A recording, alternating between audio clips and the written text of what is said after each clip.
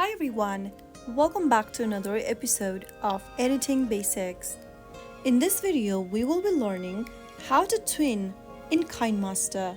Tweening in Kinemaster is the process of creating intermediate frames between two keyframes to produce smooth animation.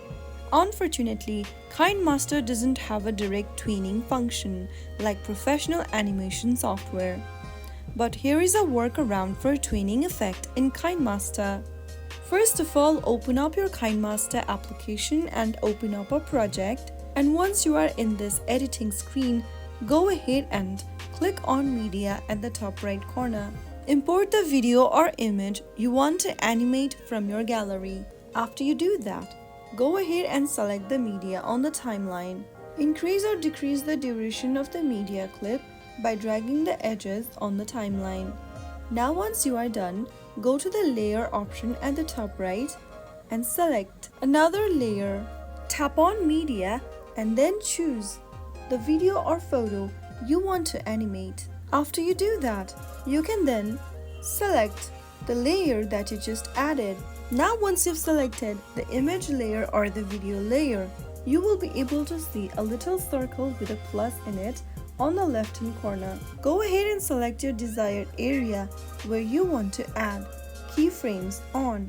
Now tap on the keyframe icon with a plus in it on the left hand menu, and this will add a keyframe at the current position of the playhead. Move the playhead to a different location and adjust the position, scale or rotation of your selected image or media layer. This will then automatically add a new keyframe. Go to another point as well and then create transitions with the help of your finger by dragging the corners of your layer on the preview screen.